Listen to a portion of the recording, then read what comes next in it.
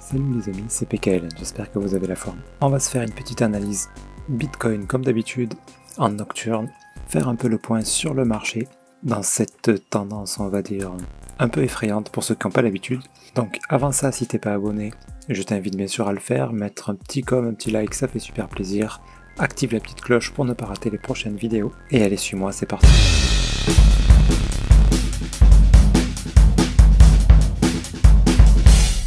Dans Bitcoin, on va commencer par voir l'analyse. Ce que moi j'attends déjà depuis un petit moment là, hop, dans la dernière vidéo, voilà. J'ai pas fait d'analyse depuis puisque j'attends toujours la même chose. Ça n'a absolument pas changé. Impulsion baissière, ici, on remonte. Ça, regular flat. Donc ce que j'attends moi, c'est venir casser ce bas là. Est-ce qu'il va le faire tout de suite? Je sais pas. Ici on avait quelque chose qui ressemblait à un début de setup d'achat là. Pareil, un regular flat dans l'autre sens. Ok. Donc pour venir casser ce dernier plus haut là, on aurait pu avoir ça avant de venir casser le dernier plus bas. C'est encore possible. Hein. Ça là, cette structure est complètement dégueulasse là, mais ça fait potentiellement un flag pour venir casser ce plus haut et ensuite venir casser ce plus bas. Bon, ça sur Bitcoin c'est pas très fréquent quand même puisque voilà, en général il nous fait des structures plutôt simples, donc c'est pas très fréquent. Moi je pense plutôt qu'il va venir casser ce plus bas là sans même venir casser ce plus haut. Donc là pour l'instant j'ignore absolument tous les setups, j'ignore le trading en fait. Là vous voyez il nous fait que des surprises toutes pourries là. Là on avait un setup plutôt baissier, finalement il nous a donné un setup d'achat derrière ici en petite unité de temps. Il est monté, il est même pas venu casser le top pour venir redescendre tout de suite. Donc à ce moment là on aurait pu se dire potentiellement, donc justement notre regular flat pour venir casser le plus haut. On a eu une belle impulsion haussière certes, mais on n'a pas validé le regular flat au final. Hop, juste derrière ça a fini, ça a rechuté, ça nous a refait un petit setup de vente. Bref, il se passe un peu n'importe quoi en ce moment sur Bitcoin, c'est hyper dangereux si vous n'êtes pas expérimenté, et même si vous l'êtes d'ailleurs, il faut être devant l'écran quoi, il faut vraiment surveiller, et voilà, donc moi, je me prends même pas la tête, là je trade rien du tout, j'attends qu'on vienne ici pour racheter les cryptos dans lesquels je suis. Donc voilà, ça sera toujours, c'est toujours dans ces moments-là, parce que là, c'est quand le Bitcoin va venir là, les alts vont prendre un sacré coup. Et moi, c'est dans ces moments-là que je profite pour remettre un petit peu d'argent pour les investissements, en tout cas que je fais sur le long terme. En trading, je fais rien du tout. Hein. J'attends que ça casse ce plus bas. Si derrière j'ai un setup d'achat, là, je prendrai un trade. Avant ça, je prends rien du tout. C'est beaucoup trop risqué. Et si on manage pas bien son trade, à tous les coups, on se fait avoir. Voilà, le dernier exemple en date, c'était là. Hein. Potentiel setup de vente. En faisant un bon management, il y avait moyen de pas perdre l'argent, il n'y avait pas moyen d'en gagner, mais en tout cas de ne pas en perdre, ce qui est déjà bien en trading. Hein. Et voilà, si on voulait prendre un trade là et puis aller dormir, hein, c'était juste pas possible. Bref, il y a plein de vieilles feintes comme ça là, en ce moment. Donc perso, je reste à l'écart et je vous conseille d'en faire autant en trading. Maintenant pour de l'investissement, si vous mettez 50 ou 100 balles par mois, profitez-en dans tous ces moments-là, là, c'est super. Et si ça descend encore, parfait. Ça vous fera accumuler pas mal de Bitcoin à un prix moyen bas. Voilà. Là moi je suis en mode no brain, je réfléchis pas. J'achète à chaque nouveau plus bas. Ok les amis, voilà. Pour ce qui est de ma stratégie et pour le trading, ben, je m'y remettrai quand on aura un signe de retournement clair. Là, c'est pas encore le cas.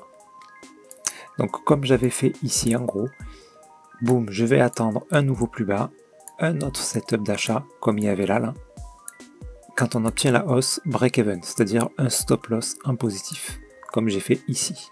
Hop, j'ai même pris un peu de profit et surtout après je regarde ce qui se passe dans la structure. Si on obtient ça, voilà, que la hausse elle est petite comme ça, que derrière on n'a pas un nouveau setup d'achat, ben ça, dans une plus grande unité de temps, c'est un setup de vente. Donc s'il se passe la même chose derrière, là je prends un setup d'achat, stop loss. Si derrière je me retrouve avec un beau setup d'achat encore, là je renforce ma position. Si j'ai rien du tout, ben, j'attends que ça descende. ça touche mon stop loss. Et dernier, prochain plus bas, pareil, j'attends le prochain setup d'achat, je rentre, etc. Et je vais faire ça à chaque fois en fait, jusqu'à obtenir le gros move. Alors le gros move que j'attends, je le rappelle quand même, il y a deux possibilités. La première, c'est qu'on ait un expanding flat, donc c'est-à-dire que on vienne pour une montée. Alors quand je dis une montée, voilà, c'est pas directement, hein, il va y avoir des corrections entre tout ça, mais bref, ça va être un mouvement qui ressemble à ça, pour venir casser le dernier plus haut. Donc ça c'est la première possibilité, c'est la moins probable des deux, d'accord? Donc je mise pas tout sur celle-là. Si j'ai une belle impulsion derrière, je me dis pas ça y est, Bitcoin to the moon, hein. C'est-à-dire je prendrai mes dispositions avec des stop loss, des prises de profit à certains points, ok? Et bon, tout ça je vous tiendrai informé au fur et à mesure bien sûr. Et voilà, ma stratégie, je vais l'adapter en fonction ensuite du mouvement. Et le deuxième scénario, qui pour moi est le plus probable, c'est un grand B comme ça, pour A, B et C. Ce qui nous donnera, dans une énorme unité de temps, un grand regular flat. Et ça sera un big setup d'achat. Alors là, il y aura, si on a ça qui se valide, là, il va vraiment y avoir des opportunités. Donc voilà, je me réserve pour ça, si c'est ça qui se produit. Et puis si c'est pas ça, ben je serai dedans pour la montée, si c'est ça qui se passe tout de suite. Ok? Donc dans un plus court terme, un très court terme, là, hein, 1 heure, attention, la chute, je pense qu'elle n'est pas finie là. Là aussi, bah après pareil, c'est comme la dernière fois, là, on peut avoir des surprises. Hein. Ça, setup de vente, hein, je m'attends à ce que ça descende et donc pourquoi pas qu'on ait entamé le move qui va venir casser ce plus bas. Pourquoi pas? Moi, je m'attends plutôt à ça. Maintenant, s'il traîne là trop longtemps, bah, peut-être qu'on aura une surprise et bim, une hausse avant de venir chuter. Ok les amis? Donc voilà, ça va dépendre de ce move là. S'il traîne pas trop longtemps, ça sera très certainement pour de la vente encore une fois. Bon, le temps que je poste la vidéo, c'est même possible qu'on ait déjà entamé ce mouvement baissier. Bref, voilà. Sur ce les amis, bien sûr je continue les analyses, je les fais pas quotidiennement en ce moment puisque bah, il se passe rien en fait. Il se passe rien là sur le Bitcoin.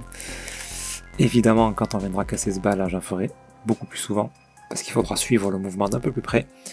Et je réfléchis aussi à un nouveau format de vidéo pour pouvoir peut-être faire des vidéos un peu plus facilement depuis mon téléphone parce que j'ai de moins en moins l'occasion de passer du temps sur l'ordi comme je le fais là. Donc je réfléchis un petit peu à un nouveau format et voilà, j'espère que je trouverai un truc voilà, qui sera plus pratique et que je pourrai faire un suivi un peu plus régulier. Ok les amis, sur ce, je vous souhaite une excellente nuit, je vous dis à très bientôt, c'était PKLN, merci.